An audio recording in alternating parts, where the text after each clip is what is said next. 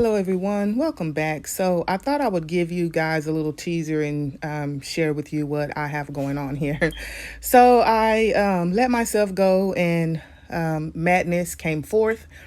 And so I've been dealing with the madness lately, you guys. I've been struggling with it, and I'm just right now trying to embrace this madness that sometimes overtakes me when I am creating.